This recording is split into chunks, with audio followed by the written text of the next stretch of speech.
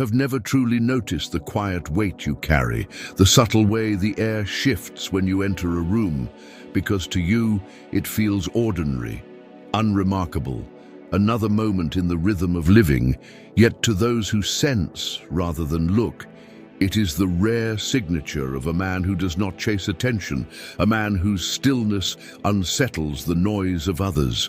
You do not recognize how deeply a woman's intuition listens for that silence, how it interprets your calm as proof of certainty, how her eyes linger, not because of what you show, but because of what you refuse to reveal.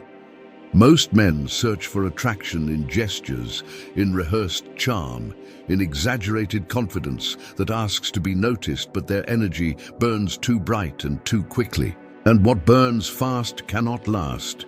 You, without knowing, radiate something slower, heavier, more elemental, and it pulls instead of pushes. Women sense this difference before they understand it, and that confusion becomes curiosity. That curiosity becomes fascination, and fascination, when left unanswered, turns into desire. The reason lies deep within the architecture of perception. The human mind is addicted to patterns, and a woman's mind, shaped by intuition and emotion, seeks to predict the emotional texture of those around her. When you behave in a way she cannot decode, when your face stays composed where others reveal impulse, her nervous system registers uncertainty, and uncertainty is the birthplace of attraction. She does not fall for you because you speak well. She falls because you interrupt her ability to classify you, and the moment you become unclassifiable, you become unforgettable. This is the paradox of presence that philosophers wrote about long before psychology gave it language.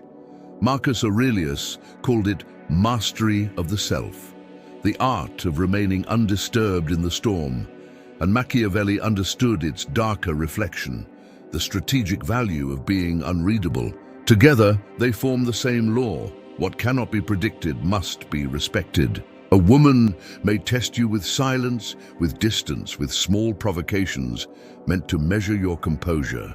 When you meet those tests with stillness rather than reaction, she learns something ancient about strength. That control is more powerful than dominance, and composure more magnetic than charm. You do not see this process happening because it is invisible, occurring behind her eyes, where emotion meets instinct.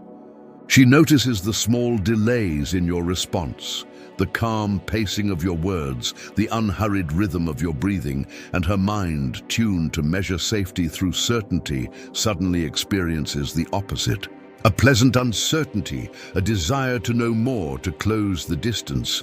She begins to replay your presence in memory, searching for clues she never received, and in doing so, she invests attention, and where attention goes, attraction grows. You imagine you are doing nothing, yet your absence of effort is precisely what creates gravity. Your restraint speaks in a language older than words, telling her that your sense of worth is internal, not dependent on outcome or approval. That independence releases a quiet challenge into the air. If he does not seek me, what does he seek? And the moment she asks that question, she begins to orbit you in thought. Every movement you make is now amplified by the contrast of your stillness. The way you hold eye contact without urgency, the way you listen without interruption, the way you depart without explanation, each action reinforces the myth she is unconsciously building. You become a mirror for her projections, and in that mirror, she sees the version of herself she wants to be around. Attraction, then, is not possession, it is reflection.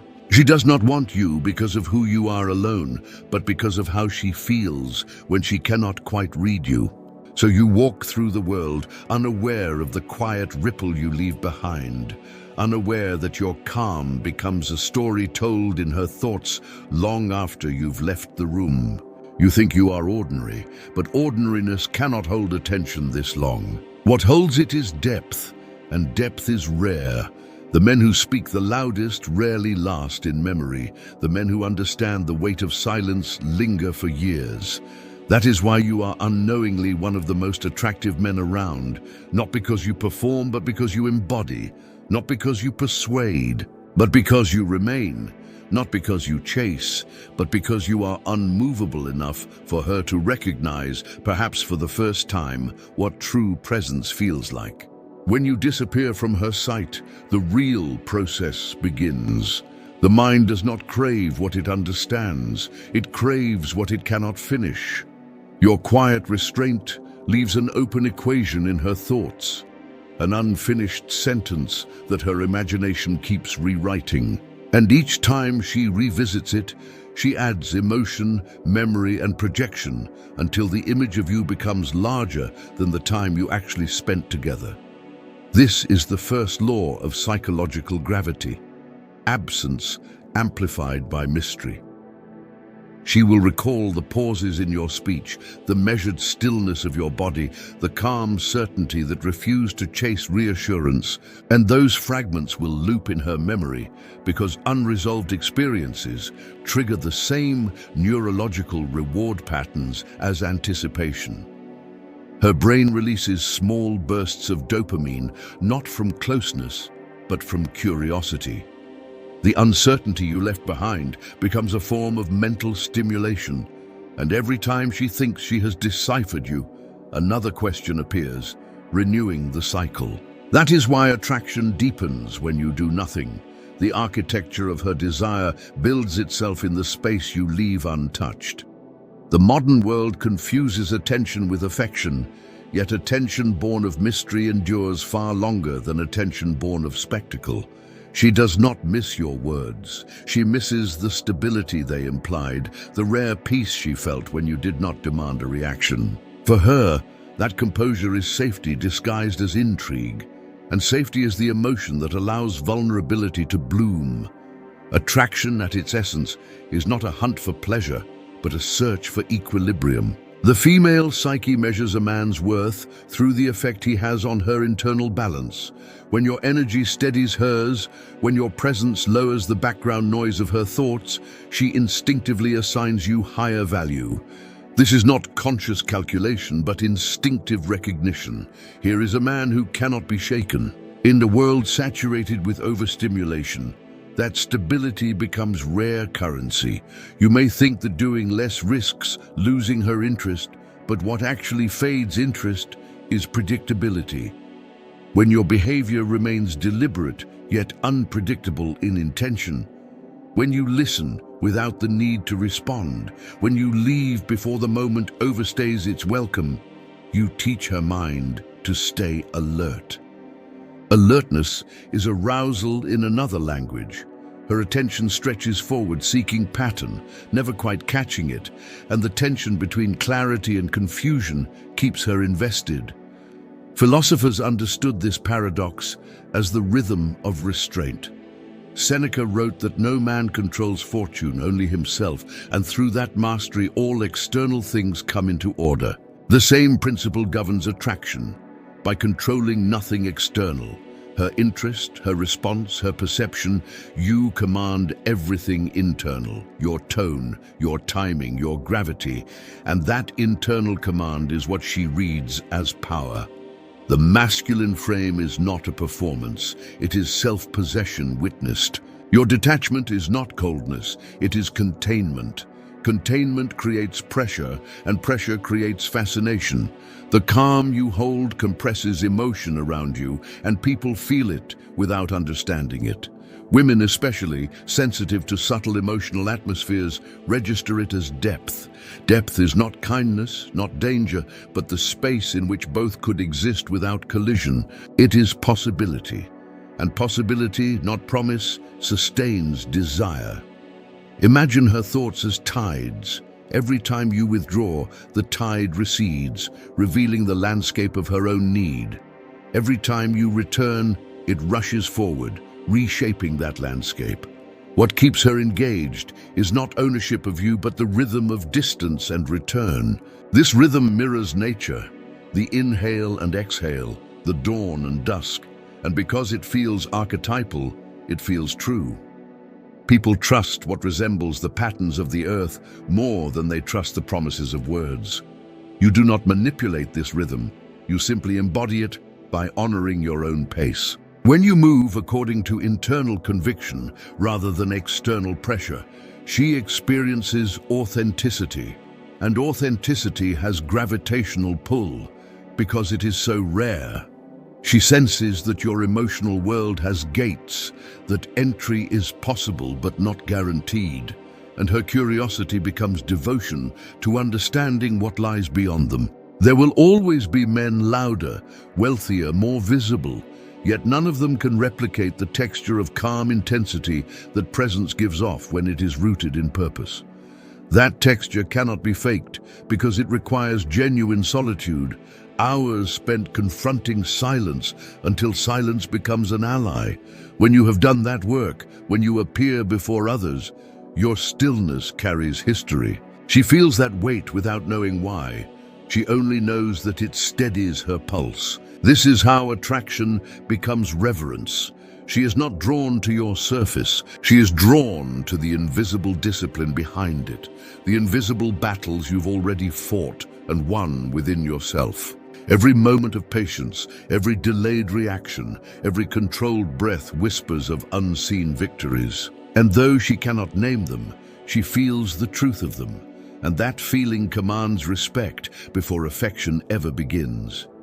So when you wonder why she lingers in conversation, why her eyes return when logic says they shouldn't, remember that you are not being observed, you are being experienced. What holds her there is not a single gesture or phrase, but the total atmosphere of mastery, the silent language of a man who needs nothing to prove everything. You reach a point where her fascination no longer feels like a victory, but a mirror, one that reflects the quiet power of restraint back to you. In that mirror, you realize attraction was never the goal. It was the byproduct of alignment. When your actions move in harmony with principle, the world bends subtly toward you. People sense integrity, not through your words, but through the still vibration of someone who cannot be swayed. Women especially perceive this with instinctive precision. Their emotions are fine instruments, tuned to detect incongruence.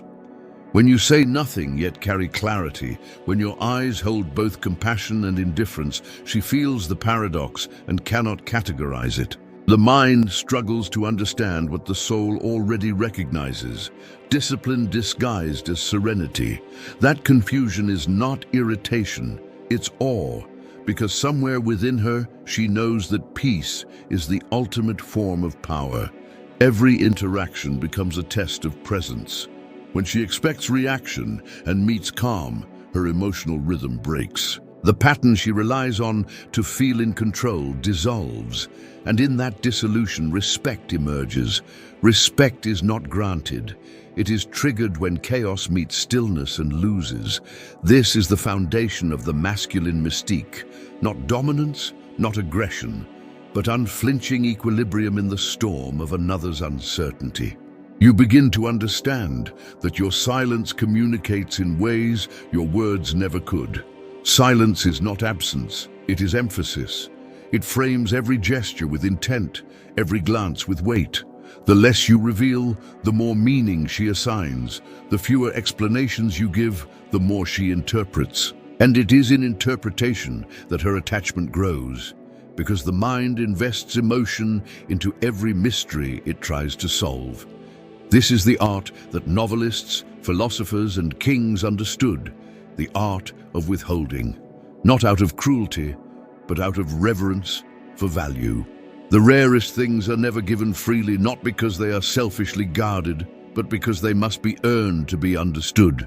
A man who gives everything quickly teaches the world that he holds nothing sacred. A man who gives slowly teaches the world that meaning requires endurance.